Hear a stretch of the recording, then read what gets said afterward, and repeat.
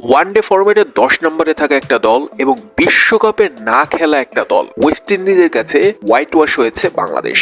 তাও আবার কোন ফরম্যাটে? ওয়ানডে ফরম্যাটে, যেই ফরম্যাটে নাকি বাংলাদেশ ভালো খেলে, এখন বলতে হবে ভালো খেলতো, সেই ফরম্যাটে হোয়াইট ওয়াশ হয়েছে বাংলাদেশ।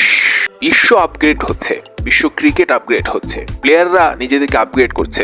অন্যদিকে বাংলাদেশকে আমি নিয়ে কিছু বলতে পারবো না, কিন্তু বাংলাদেশ ক্রিকেট দিনে দিনে অবনতির দিকে যাচ্ছে। বাংলাদেশি প্লেয়ারদের দিনে দিনে অবনতি হচ্ছে।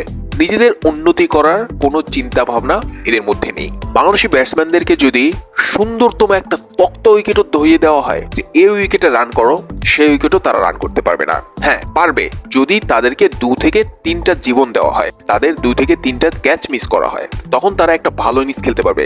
আর সেই ইনিংসটা খেলবে তারা 70+ রানের একটা ইনিংস, তাও সেটাকে সেঞ্চুরিতে কনভার্ট করতে পারবে না।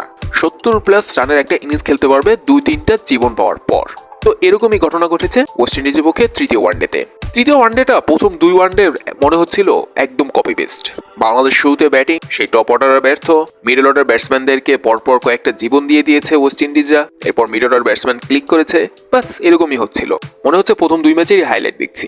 যদি এই ম্যাচের সোমবার মিরাজে 2-3টা করে ক্যাচ মিস না করতো, তাহলে এই ম্যাচে 321 তো দূরের কথা, 221ও হতো না। বিশেষ করে 321 অব্দি গিয়েছে মাহমুদুল্লাহ, জাকির আলী অনেকের জন্যই। শেষের দিকে এতটা দুর্দান্ত ব্যাটিং করেছে, যেটার জন্যই 321 রান করতে সক্ষম হয়েছে বাংলাদেশ। আর 322 রানের টার্গেটে ব্যাট করতে নেমে বাংলাদেশি বলাররা দুর্দান্ত স্টার্ট এনে দেয়। কিন্তু ওই যে বাংলাদেশি বলারদের একটা সমস্যা, দুর্দান্ত শুরু তো ঠিকই করে, কিন্তু সেটাকে ধরে রাখতে পারে না। বাংলাদেশি বলারদের সমস্যা, দুর্দান্ত স্টার্ট ঠিকই পায়, সেটাকে ধরে রাখতে পারে না। আর বাংলাদেশি ব্যাটসম্যানদের সমস্যা, দুর্দান্ত স্টার্টই করতে পারে না। তো এই সুন্দরতম স্টার্টটা ধরে না রাখার কারণে ম্যাচটা অলমোস্ট হেরিয়ে যাচ্ছিল বাংলাদেশ। কিন্তু মিডল ওভারে আবার বাংলাদেশ ম্যাচে কামব্যাক করে, বিশেষ করে শেরফান রাদারফোর্ড এবং শাই হোপের উইকেটটা তুলে নিয়ে ম্যাচে কামব্যাক করে বাংলাদেশ।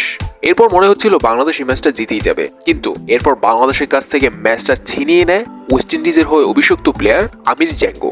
83 বলে 104 রান করে নট আউট ছিলেন। কে বলবে সে একজন অভিষিক্ত প্লেয়ার যে এক হাতে ম্যাচটা জিতিয়ে দিয়েছে? আর লিটনের খেলা দেখে আবার কে বলবে সে 10-12 বছর ধরে ক্রিকেট খেলছে? তো আমিরের এই ইনিংসটা চেয়েও বেশি কষ্টকর বা বেশি লজ্জাকর বিষয় ছিল বাংলাদেশের জন্য, যখন বাংলাদেশ ওয়েস্ট ইন্ডিজের 6টা উইকেট ফেলে দিয়েছে, তখন ক্রিজে আসে উদয়গেশ মতি এসে 31 বলে 44 রান করে নট আউট থেকে ম্যাচটাকে ফিনিশিং দিয়েছেন। উদয়গেশ মতি একজন বলার হয়ে এরকম ভাবে ফিনিশিং দিয়েছে ম্যাচটা। তো এর যে লজ্জাকর বিষয় বাংলাদেশ ক্রিকেটের জন্য কি হতে পারে? 6 উইকেট পড়ে যাওয়ার পর 321 রান চেজ করেছে ওয়েস্ট ইন্ডিজ দল 45 ওভার 5 বলে।